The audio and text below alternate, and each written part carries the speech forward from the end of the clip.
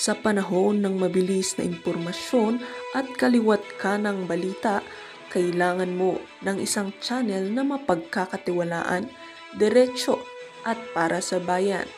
Ito ang Balitang Pambansa, ang iyong bagong tahanan ng mainit na issue, tunay na impormasyon at mga balitang hindi mo dapat palampasin.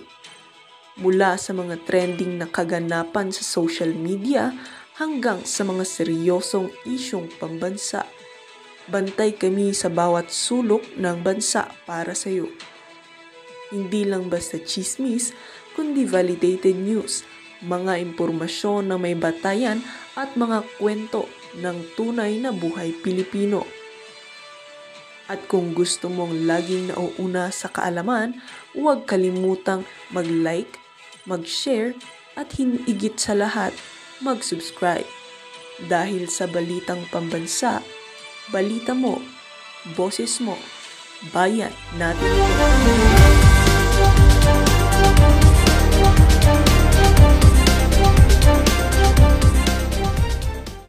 Asa si Senator Cheese? Meron siyang kinamayan doon sa malayo. Hindi ko alam kung sino yun eh. Zoom mo nga. Pag-zoom. Sino hindi kumain? Alright. Sino yun? Si Lacson? Hindi. Dami ko mamay. Totoo. Tamba. Babanata ka ni Cheese Escudero dyan. Ito na si Cheese. Yan. Sino yan? Si Antiveros.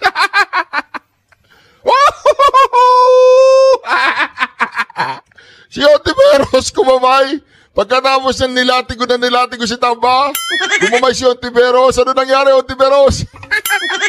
Nararamdaman niyo na ba ang pagbagsak ni Tamba Luslos at ni Bongbong Marcos? Balita ko, wala nang laman yung kongreso eh. Wala nang laman yung kongreso. Nagtatago na lahat. Ayun, si Subiri. Di ba? Nako. Ready to resume, President. Session is resumed. President, I move that the speech of the gentleman from Sorsogon. Mga kareaksyon, yung mga tao bumanat kay Cheese Escudero at nagpatanggal sa kanya bilang sa Senate President, kumamay po lahat, pati itong si Risa Antivirus. Di ba? Wala na, tinalikuran na si Tamba. Wala na, yan na yung sinasabi ko eh. Ito. Is slowly but surely being destroyed. Nagkataon lang po ba na ang lahat ng ito o ito'y sumusunod sa isang script, direksyon at basbas ni Martin Romualdez sa kanyang script? Talagang dinurog po si Martin Romualdez dito sa speech niyang to. Hindi pa talaga ako sagad na nakakapag-react dito. The name that cannot be mentioned. Banat na banat, mga kareaksyon. Script na naglalayong ilihis ang galit ng bayan mula sa kanya at sa mga kasabwat niya at ituro ito sa Senado at mga senador. Ginoong Pangulo, ang script at sarswelang ito ay di uubra dahil napakalayo po nito sa katotohanan. Napakasama sa panlasa at tinitiyak ko sa inyo, hindi po ito matatanggap at lulunukin ng sambayanang Pilipino. Senator Francis Escudero is recognized.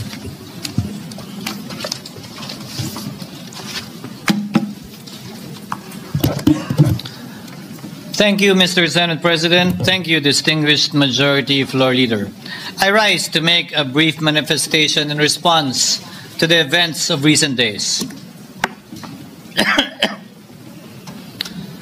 Ginoong Pangulo, meron po tayong kasabihan sa wikang Pilipino. Kapag nagturo ka ng daliri sa iba, may tatlong daliri na nakaturo palagi pabalik sa'yo. Tama ba yun? Tingnan natin.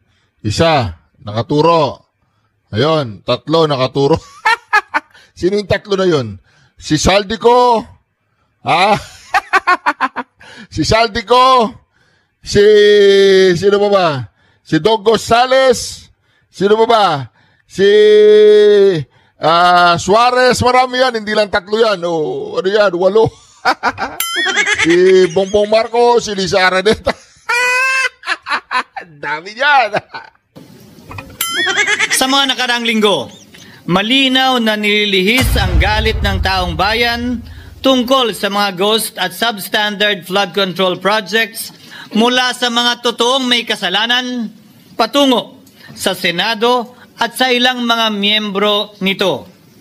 Tila pilit na ginagawang panakipbutas, ika nga at fall guy, at diversyon ang mga senador palayo sa Kamara at sa mga tunay na may sala.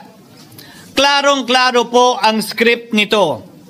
Ipitin ang 3 dating DPWH officials, pakantayin sa kanila, mema banggit lang na senador, habang pinagtatakpan ang mga congressman na tunay nakasabwat nila sa mga lugar na ginagalawan nila. Simple ang patunay dito. Kapanipaniwala ba na wala silang kinausap na kahit isang congressman nakaupo na totoong may hawak ng mga distrito sa lugar na ginalawan nila sa hinaba-haba ng testimonya nila dito o sa Kamara? Banggit sila ng banggit, name drop sila ng name drop ng pangalan ng senador. Mas kinaklaro naman ko inyong papakinggan na wala silang masabing direktang nakausap o binigyan ng anuman. Lahat ito para lamang ipako ang mga senador sa media at sa publiko at ilayo ang atensyon sa Kamara at mga congressman. Bakit nga ba? Dahil tila mas malaking isda, ika nga, mas mataas, mas kilala ang mga senador kumpara sa congressman? Umaasa sila na maiibsan ang galit ng tao sa kanilang mga anomalya ukol sa flood control at tuluyan na silang makakatakas mula sa anumang pananagutan. Isang tao lamang, Ginoong Pangulo, ang nasa likod ng script at sarswelang ito. Siya ang dahilan ng kaguluhan, pagkakaaway-away, pagkakawatak-watak na ngayon yumayanig sa ating bayan, maprotektahan lamang ang sarili niya. Ang pangalan niya ay matagal nang bulong-bulungan sa bawat sulok ng bansa, pero ngayon, unti-unti nang sinisigaw ng taong bayan.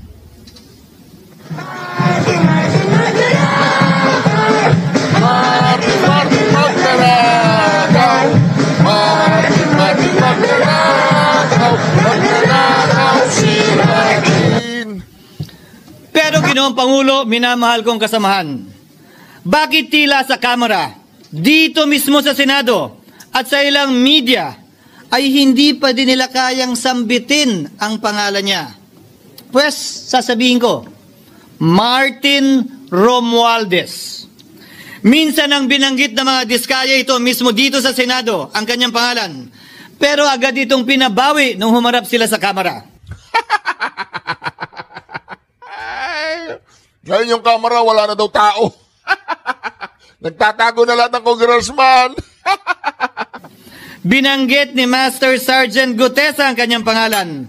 Pero ultimo notaryo, natunto nila at pinabawi nila ang pagnotaryo. Buti na lang, huli na't nasabi na niya ang pangalan ni Martin Romualdez na pinanumpan dito mismo sa ating Blue Ribbon Committee.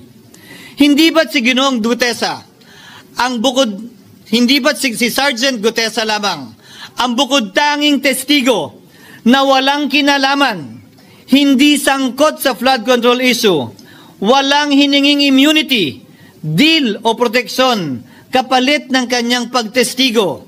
Siya ang kauna-unahang nagtestigo na personal na naghatid ng pera sa bahay mismo ni Martin Romualdez. Ang salaysay niya, Ginoong Pangulo, ay kumpirmasyon ng matagal nang isinisiwalat ni Congressman Chanco at Mayor Magalong kung sino ang ulo sa paglilimas sa kaban ng bayan na ating naririnig na rin. 13,803,693 with Congressman Saldico as proponent. For the record, ang binabanggit po nating Representative Elizalde ko, siya po yung chairman ng House Appropriations Committee. Walang kaduda-duda yan. Ito nga, hirap na hirap silang banggitin pa yung isa sa mga mastermind nila dyan, si Saldi ko, hirap na hirap pa silang banggitin. May isa pang mas mataas sa kanya? Hindi naman gagalaw yun kung walang siyempre hindi naman gagalaw yun kung walang pahintulot yung mas mataas sa kanya. Just the House Speaker. Ginoong Pangulo, pahintulutan niyo po ako magkwento ng konti upang patotohanan ang mga salitang ito. Taong 2023 nung tinalaga si Ginoong Kiko Laurel bilang kalihim ng kagawaran ng agrikultura. Bilang suporta sa kanyang mandato, tinanong ko noon ang isang simpleng katanungan sa budget process natin. Bakit mas malaki ang pondo ng flood control kesa sa agrikultura? Why is it that the budget for flood control is bigger than the budget of the Department of Agriculture or the agriculture sector as a whole?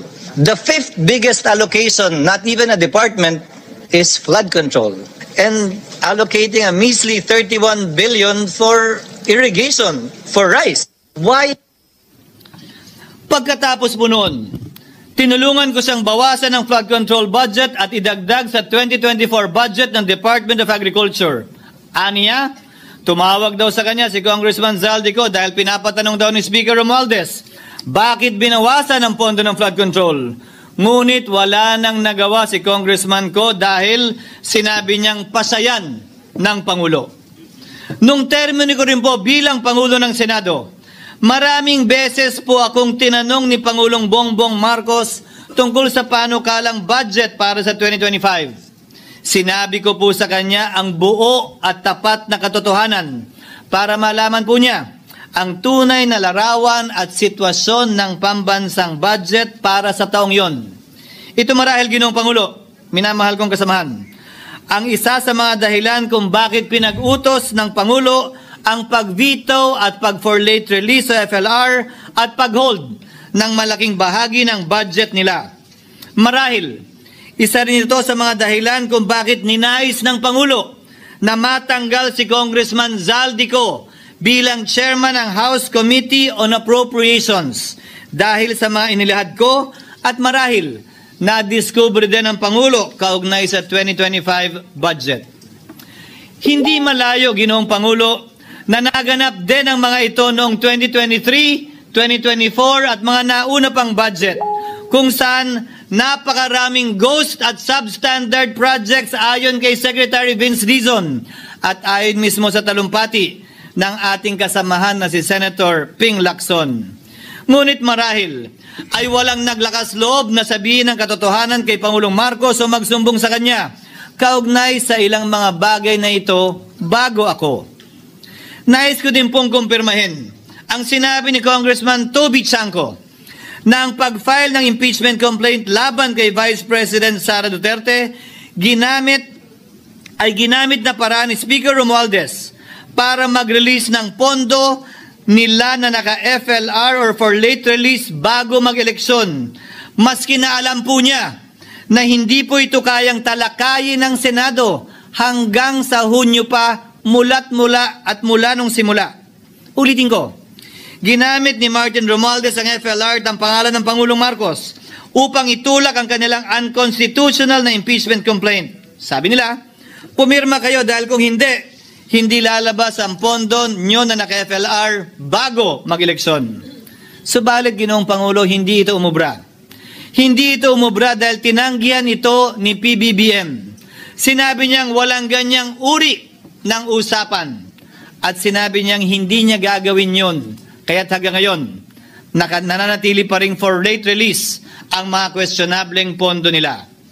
And that is why, Mr. President, distinguished colleagues, at the height of the impeachment controversy and amidst the passion of some sectors to remove the Vice President at all costs, I urged prudence and level-headedness because I knew that greed and not accountability was the reason behind it. In the end, Mr. President, the Supreme Court vindicated us. The Supreme Court vindicated us by saying, among others, quote, There is a right way to do the right thing at the right time. This is what the rule of just law means. Close quotations. Ginoong Pangulo, sinisi po sa akin ni Speaker Romualdez ang pagkakatanggal kay Congressman Zaldico. Sinisi po niya sa akin ang pag-FLR or for late release ng kanilang mga proyekto. Sinisi po niya sa akin ang pagkakadismiss ng impeachment complaint laban kay VP Sara na nakikita niyang makakatunggali niya sa susunod na halalan. Sinisi din niya po sa akin ang pagkakasira ng kanilang maitim na balakin sa 2025 budget na nagawa nila ng walang balakid na mga nagdaang taon. Ginoong Pangulo, naging tapat ako at ginawa ko lamang ang aking tungkulin. Kung ano ang tingin kong tama at nararapat para sa bansa at sa sambayanan. Subalit, sa kabila po nito, nagsimula na ang lahat ng bira, paninira at kaso laban sa akin at sa Senado. At ang nasa likod ng lahat ng ito, walang iba kung hindi si Martin Romualdez. Ika nga ni Mayor Magalong na ngayon lamang nakita ko sinisiraan na rin ngayon. Bakit ko ba nilabanan at binisto sila Speaker Romualdez mula noon hanggang ngayon kung kasabwat at kasapakat lang din nila ako? Hindi ko po gagawin yon. Sa pinagsantig ng tennis court, ang nasabing gusali sinimulang pinatayo noong ika-6 ng Oktubre taong 2022 at ang kontraktor, ang St. Gerard Construction na pagmamayari ng mga diskaya na nasangkot ngayon sa mga maanumalyang flood control projects. Dahil dito, kwenasyon ng ilan ang pagiging special advisor ni Mayor Benjamin Magalong sa ICI. Lalabanan ko ba yung anlalakas na yan, sila Speaker? Lalabanan ko ba yung mga mayayaman na yan? Kung ako'y bulok, I fought for what is right. Ano nga ba ang ginawa nila sa akin? Una, hinalungkat ang isyo ng campaign contribution na tinanggap ko mula sa isang individual na may-ari ng kumpanyang nakakuha ng kontrata sa gobyerno. Inipit niya ang budget ng COMELEC sa Kamara dahil dito at binusisi ang di umano kaso kong ito. Subalit, Ginoong Pangulo, tulad ng sinabi ko sa simula ng aking talumpati, kapag ka nagturo ka ng daliri kanino man, may 3 daliring nakaturo pabalik palagi sa iyo. Anong nangyari? Hindi ba't biglang may lumabas na ulat ang PCIJ na ang dami naman palang opisyal, hindi lang senador, mas mataas pa ang tumanggap din ng ganong uri ng kontribusyon noong 2022 elections? Ang tanong ko ay simple. Kung legal at walang mali sa ginawa nila, edi dapat legal din at tama ang ginawa ko. Pero bakit ako lang ang iniimbestigahan tungkol dito? Higit pa doon, Ginoong Pangulo, hindi ba tayon kay Mayor Magalong merong 67 na miyembro ng Kamara na kontraktor? Ito po ay mga miyembro ng Kamara na may construction firm na nakakuha ng kontrata sa gobyerno. Kung bawal talaga ito, ibig sabihin ba niyan, bawal na nilang gastusin ang sarili nilang pera para sa kanilang sariling kandidatura?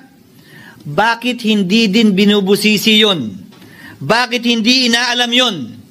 Ako lang talaga? Pangalawa, inintriga ni Martin Romualdez ang dating liderato ng Senado dahil sa pagkakaupo at pagdinig ni Senator Marcoleta sa Blue Ribbon Committee dahil marahil sa pananaw niya ay hindi siya safe kay Marcoleta.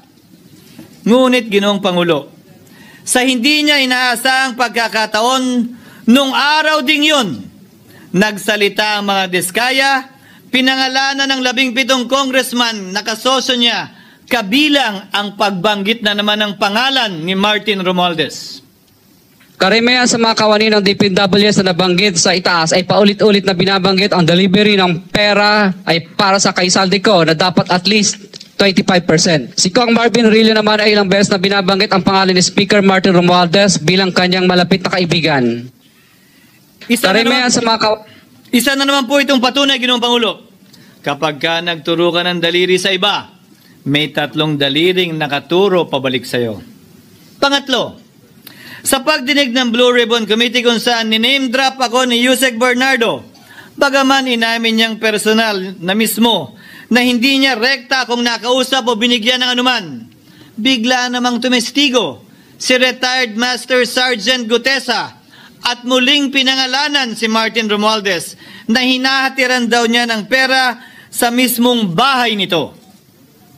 Ang bawat malita ay may lamang humigit kumulang 48 million pesos. Kalimitang dinadala sa bahay ni Congressman Saldico, ibababa lamang namin ay 35 malita para i-deliver sa bahay ni House Speaker Martin Romualdez. Gamit ang script niya sa pagturo sa akin, ayan na naman. May 3 daliring nakaturo palagi pabalik sa kanya tuwing ginagawa niya yan. Ulitin ko po for the record, Ginoong Pangulo, ang sinabi ni retired Master Sergeant Gutesa. 35 maleta ng pera na naglalaman na mahigit kumulang 48 milyong piso bawat isa o kulang-kulang 1.7 billion pesos sa isang delivery. Ay di umano hinatid niya sa iba't ibang bahay, sa iba't ibang pagkakataon ni Martin Romualdez. Subalit, sa kabila ng lahat ng ito, hindi ba nakapagtataka? Bakit hindi sinasama si Martin Romualdez sa anumang investigasyon? DOJ man, NBI man, AMLAC man. No ako po ay pinuntahan, no ako po ay dumalo sa imbitasyon ng ICI bilang resource person. Binanggit ko at tinanong ko din ito sa kanila. Ganito ba katindi ang kapangyarihang hawak ni Martin Romualdez?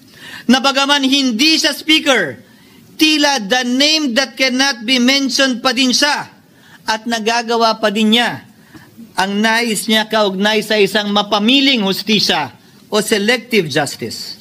Halimbawa, bakit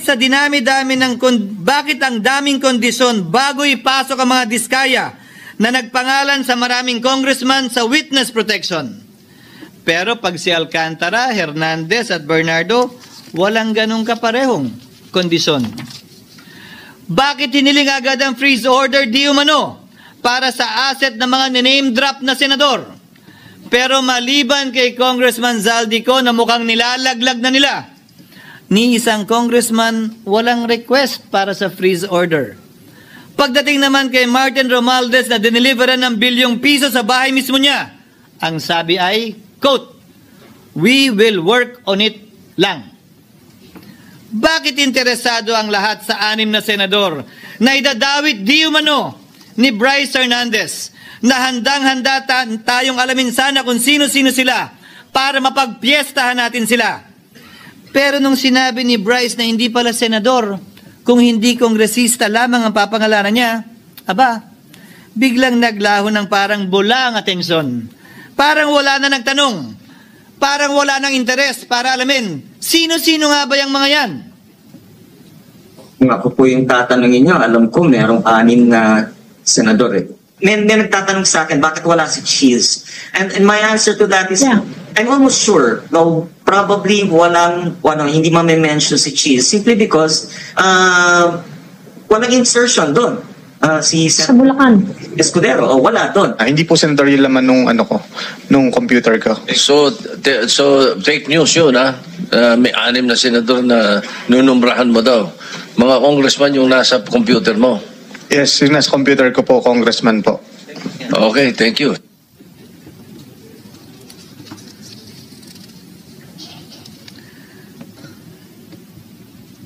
Nagkataon lang ba, Ginoong Pangulo, na ang mga nakaupong senador na dinidiinan sa ngayon ay ang dating Pangulo, dating pro tem, dating punong mayoriya ng Senado, na lahat nagkataon din lang ba na bumoto kontra sa depektibong impeachment ni Vice President Duterte o talagang tinumbok lang kami? In other words, Mr. President, are we truly for transparency and accountability, or are we merely offering a politically convenient sacrificial lamb in an attempt to appease the rage of the people? What is painful, Mr. President, is that along the way, reputations have been disparaged and tarnished. Innocent persons have been implicated, and the Senate is slowly but surely being destroyed. Nagkataon lang po ba na ang lahat ng ito o ito'y sumusunod sa isang script direksyon at basbas ni Martin Romualdez. Sa kanyang script na naglalayong ilihis ang galit ng bayan mula sa kanya at sa mga kasabwat niya at ituro ito sa Senado at mga senador. Ginoong Pangulo, ang script at sarswelang ito ay di uubra dahil napakalayo po nito sa katotohanan. Napakasama sa panlasa at tinitiyak ko sa inyo, hindi po ito matatanggap at lulunukin ng sambayanang Pilipino. I've been in public service for 27 years. I've never been accused nor charged with corruption. This is the sterling record which they are trying to tear down, and I tell you, they will not succeed. I will defend myself,